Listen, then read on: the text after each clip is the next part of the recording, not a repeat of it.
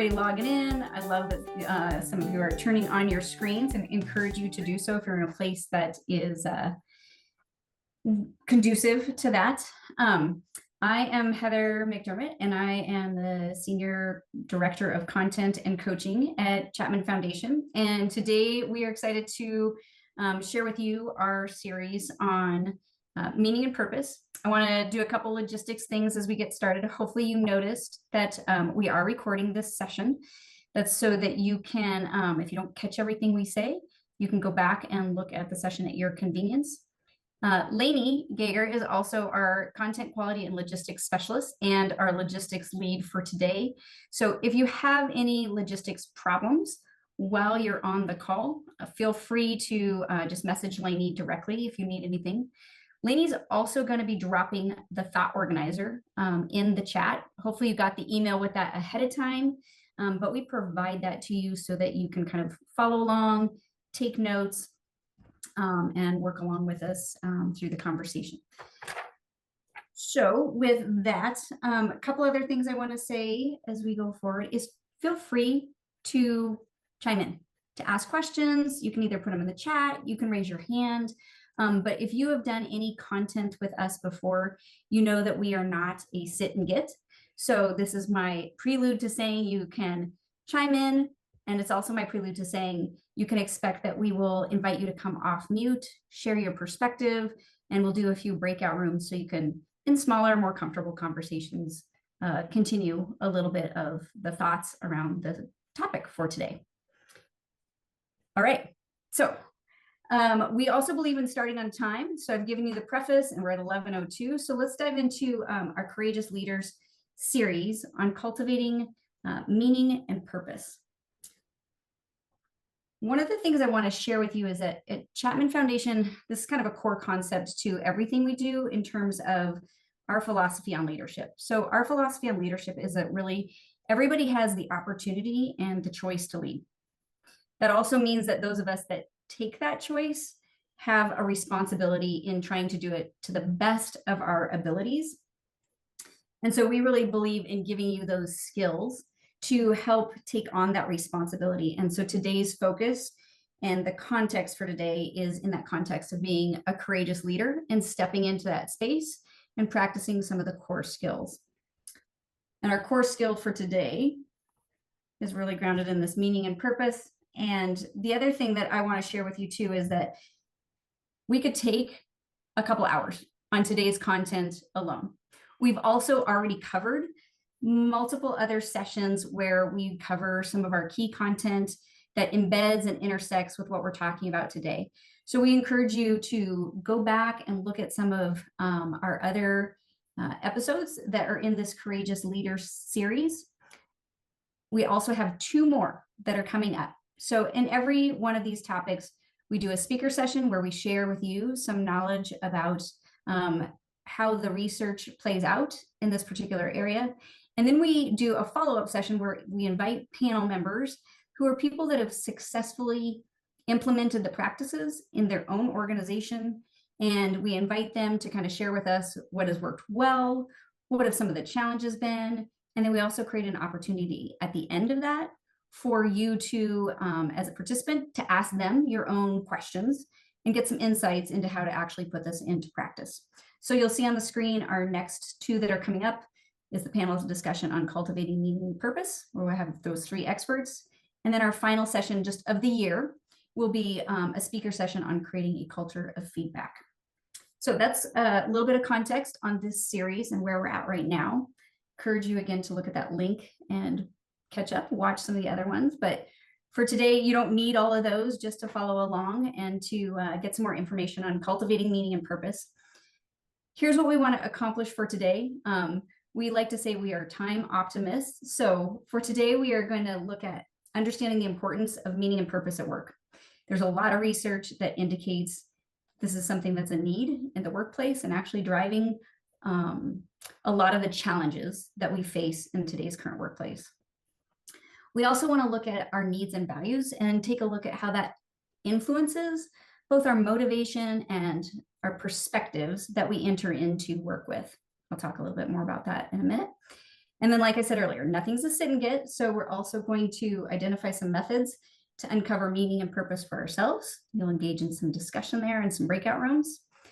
And one of the things that we always do when we talk about a particular subject is we want to make sure you also understand what we're referring to in terms of how we define these terms. So when we talk about meaning and purpose, I'm going to go backwards here, but purpose is an overarching cause or goal. It is something that is beyond just the individual. So in this context, we're going to talk about purpose in the collective organizational framework. And a lot of the definitions and some of the research we're sharing with you today is grounded in Jacob Morgan's research and his writing, The Future of Work.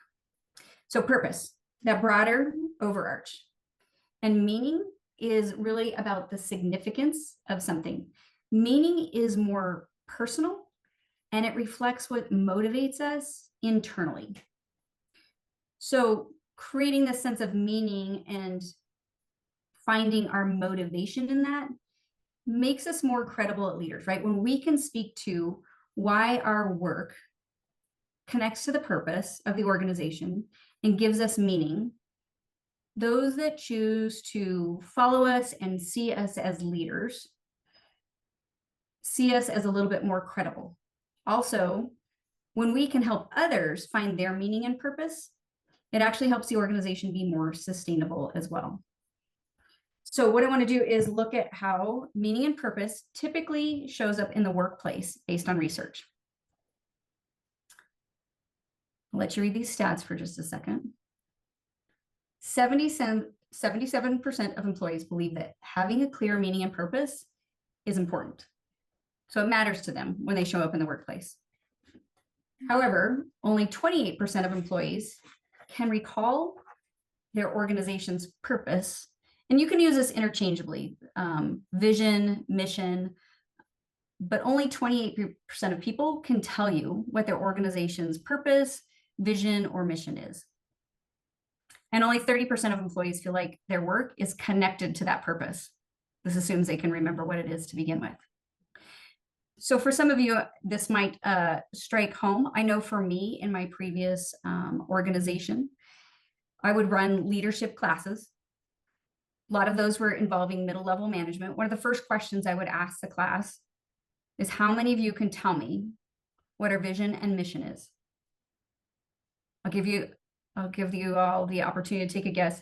What do you think, what percentage, based on this data here, what percentage do you think people could share with me? How often did I get hands raised?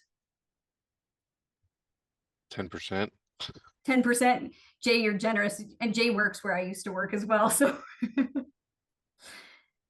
yeah, it's about right. I was shocked to discover that most middle-level managers in an organization of 2,500 struggled to tell you what a clearly defined vision and mission was. So it goes without saying that vision, mission, purpose needs to be something more than the poster on the wall. It has to be something that we intentionally connect to. In particular, if we want other people to find meaning and purpose in work, but if we don't know it, we can't expect others to know it or connect to it.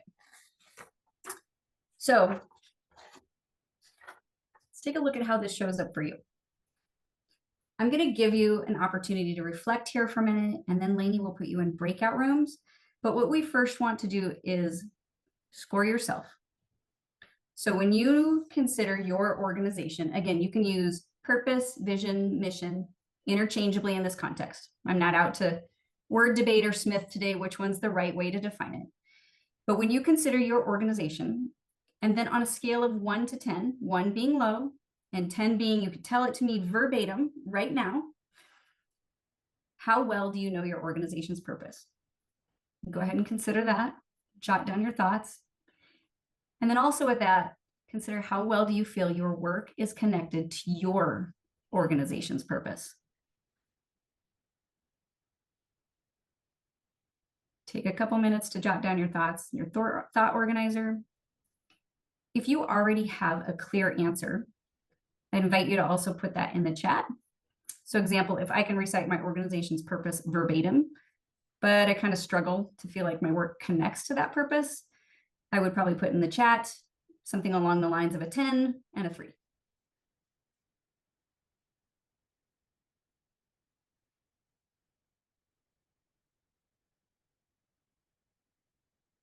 Right?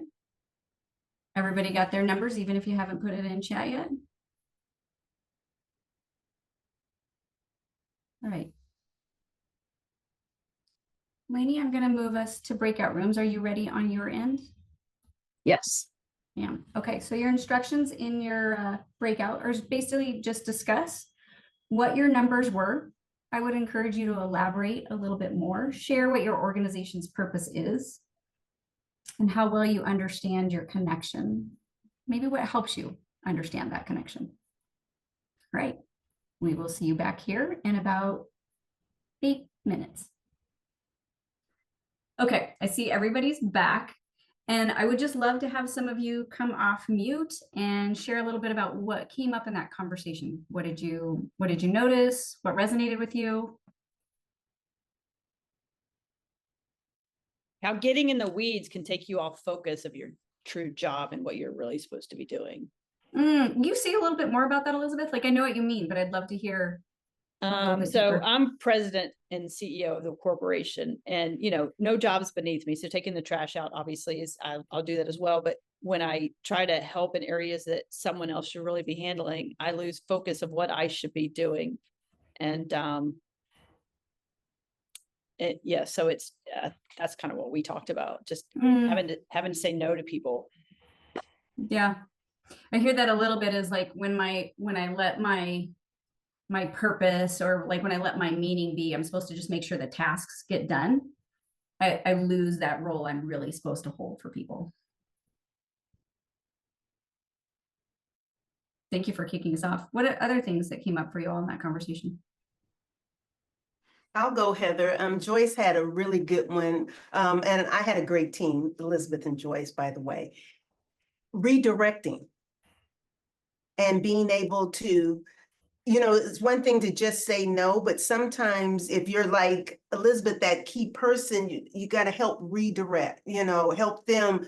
Okay, here's a person for that. And also giving opportunity to others, new people that we don't know yet, but we know they're competent, but haven't had the opportunity to step into something and work better with the team concept or a buddy versus I'm the key person, I've always done. And that's what I struggle with, because people are so used to me. And this year I decided to take on a new role, an opportunity that was given to me. But Annetta, and I said, okay, this is what I can give to that. That's that. And I'm going to be here and driving from here, because now I have to help put that message together to pitch for people to cast that vision and grab it. So I can't be in what I used to or be in the weeds, because I don't have the time. I have the heart, but not the time. Yeah. Thank you too for calling out, like, when our role changes, we may need to take another look at has the meaning we make and the connection we make to our organization's purpose shifted as well. Let's hear from at least one more. What came up for you in that conversation? I can add, I think for me, it was actually a really eye-opening conversation, because I am a vice president in a corporation, and I have quite clear in my mind and in my actions and in the way I lead what is our purpose and how I connect to achieving it.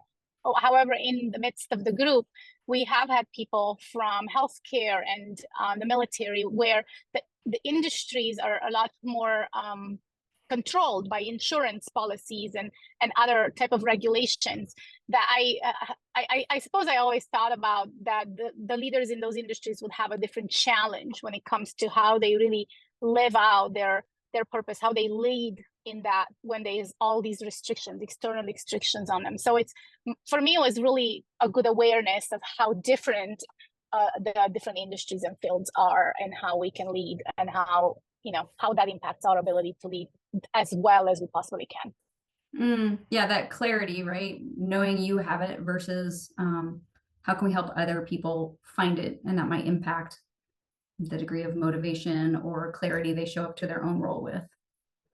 Which is a really great segue, and I'm going to share my screen again, and we'll start recording again as well. Okay, everybody see the screen again? Okay. All right. So what I noticed a little bit is in the chat, a lot of you put pretty high numbers. You felt relatively clear or very clear on what your organization's purpose was and reasonably connected to it on average from what I saw in the chat. Here's what we know from the research, and Anna, this kind of drives to what you were just referring to, is that if you're a leader, a people manager, I should say, or an executive, so upper management, it might be a little easier for you to feel like you connect with the organization's purpose and you're able to sort of live out and make meaning of your job and your role. However, the reverse is true for those that tend to work for you or on the front line. And so you can see on the right side of the screen, well, 85% of managers tend to have some clarity. 85% of frontline workers and employees are unsure, or they disagree that they can live and find their meaning and purpose in their day-to-day work. So here's some things that I think are important to kind of draw out from these stats. First, whether or not a team member knows the organization's purpose, right? That first number. Can you even say to me with some degree of clarity what it is? Whether or not people know that purpose is really upon upper management and leadership and executives, right? To define the purpose, to share it regularly, and to have it be part of what we do on a regular basis. So it's always front and center. The second thing I'll draw out is whether or not a team member feels connected to that purpose is dependent on two things.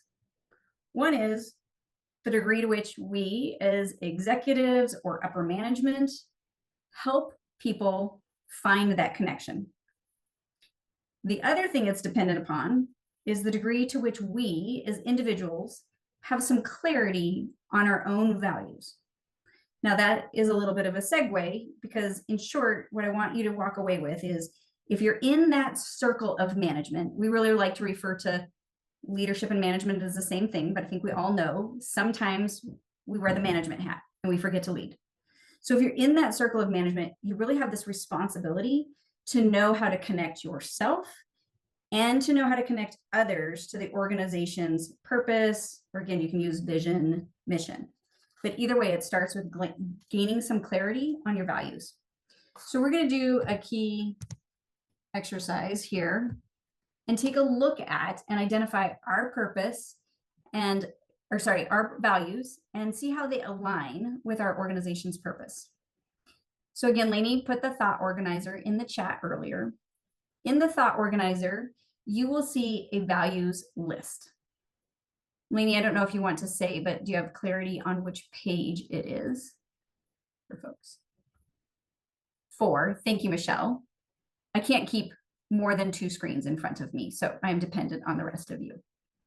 So look at the values list. I'm going to give you 2 minutes, and what I want you to do is not overthink it, but really try to identify what are your top 3 most important values.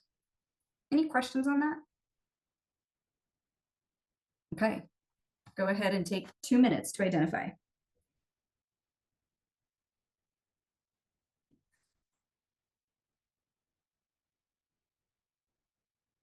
And I love that some of you have put them in chat, and we're going to keep that values list in front of us.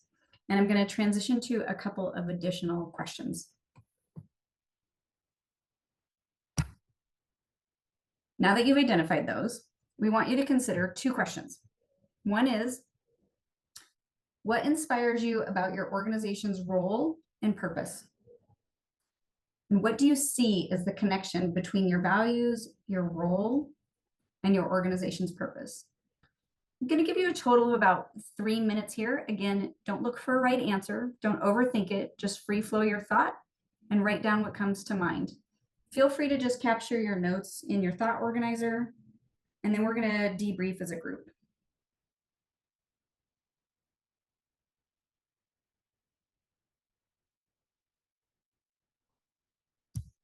Okay. Let's chat about it. What did you notice in completing that activity?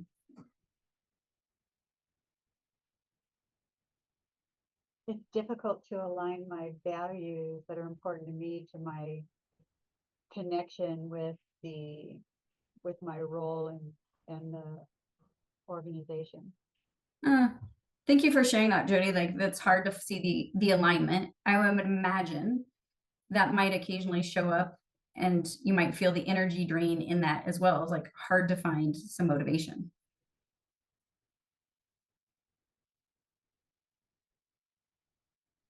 Well, I think it ties back to the purpose, right? And we have organizational values that are super important, clearly understand them. But how do they meet my own personal values and my values within the work structure? It's a great question and something to ponder. Yeah, absolutely. And I'm sure we've all probably worked for organizations at some point in time where we struggled to see that connection, or maybe the purpose of the organization wasn't a fit for us. Oftentimes that is why people move on. And sometimes it's just, as we talked about earlier, right? That role might create a little bit of question on where is the alignment now. What else came up for you in that conversation?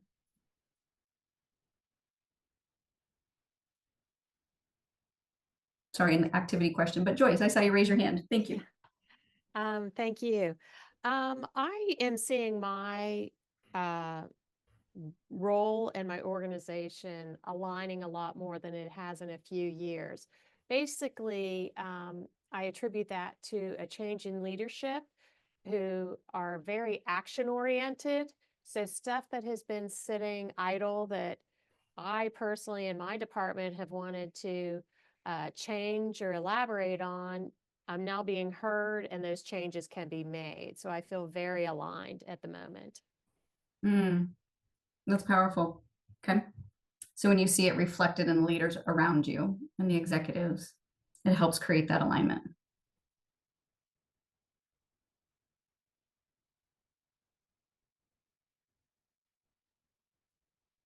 Jody, go ahead. I thought about that first question, what inspires me, like in my role as a leader in the military. And I think when it goes back, Heather, to sort of the name of this Zoom we're on is meaning and purposes.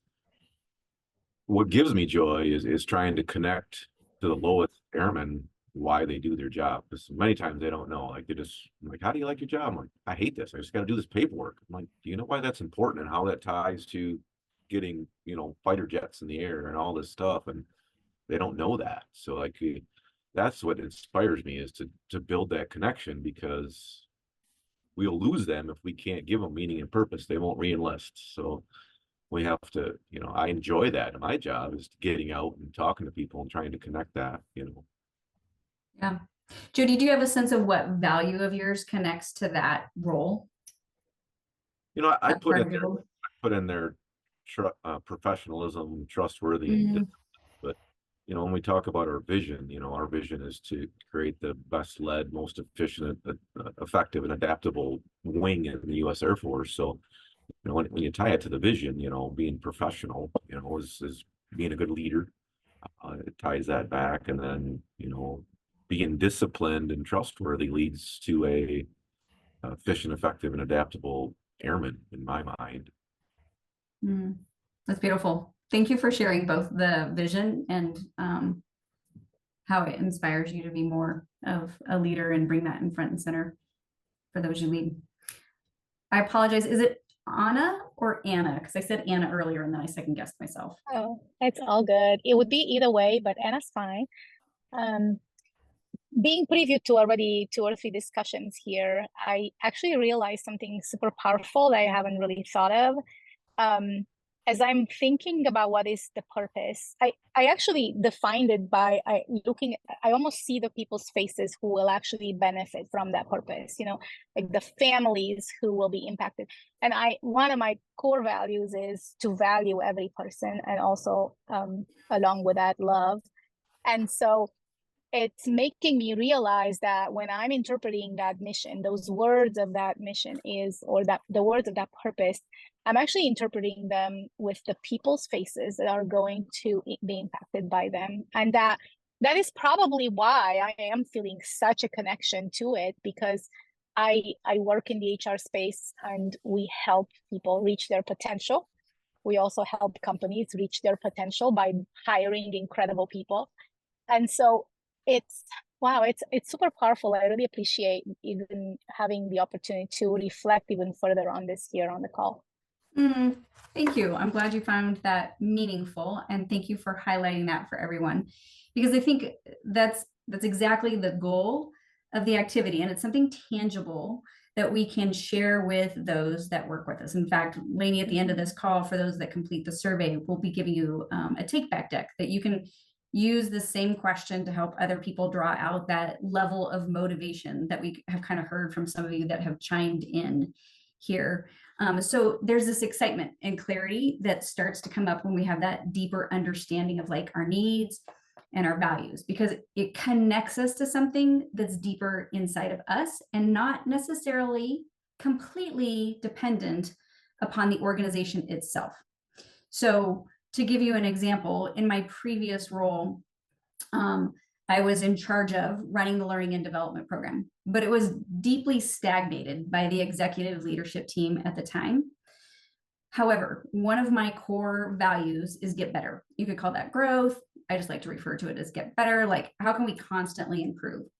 And so even when that program was stagnated, our organization vision, which was to responsibly serve the citizens of our community, hadn't changed. So I was able to lean deeply into that, like, okay, how can I get better, either myself in this space? How can I have conversations with other people that might be struggling similarly to me and help them get better and find their purpose and their meaning? And so there's a lot that can be leaned into here to kind of tap into that intrinsic sense of motivation. You might also imagine, because most workplaces don't come free of conflict, but understanding our values also tends to give us some insight as to why we might experience that conflict at work, and to also be able to name it more clearly for others about where that conflict might be coming from. Because we're not all going to necessarily have the same values, but there's this opportunity in purpose that helps shape kind of our perspective and our motivation. So there's this really like powerful piece about aligning our values. In fact, I love this quote about a clear purpose will unite you as you move forward, and your values will guide your behaviors and goals and will focus your energy. So we can when we can kind of see that, here's who I am, this is what we're up to, and here's how I want to contribute to that. It helps us build our own emotional intelligence, and it helps us understand how to build that in other people as well, so they can find their motivation and their articulation for why they might be in a space of having conflict or struggle. So we know creating this alignment helps people find that job satisfaction, the motivation, a sense of overall well-being. We already talked about it, giving us that drive to maybe excel at a different level, right? Because now I'm not just doing the task for you or for the executive. I'm doing the task because it fulfills and connects to something deep inside of me. And in that, right, that's where you get that,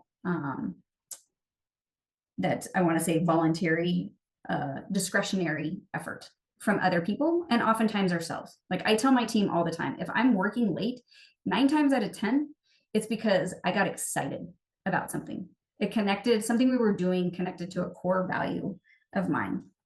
So this is why we really want to help others and know for ourselves what is our meaning we derive from the work we do. Now, here's the deal. We also know and would acknowledge that not all parts of the job are always without some maybe drudgery. Jody, you named like, oh, because I have to fill out the paperwork, and that's not fun. And so we all have points in time where the job, the role comes with some drudgery. And we will share this tool with you as well in the take back deck, but we refer to this tool as an opportunity to utilize meaning nudges. And so you can see, I don't do math well when I'm online, but 16 different opportunities and questions to sort of either ask yourself or perhaps coach another when the work maybe is not clear about how it helps you find your meaning and live out that organizational purpose. So one of the ones we like in our organization a lot is the one that's in the upper left, second down, reframe the mundane. I should say second down and second over. Reframe the mundane. So what's a task you dread? Jody, you named paperwork, right? And if we start to ask some whys about the paperwork, like why is the paperwork important? Who does it serve?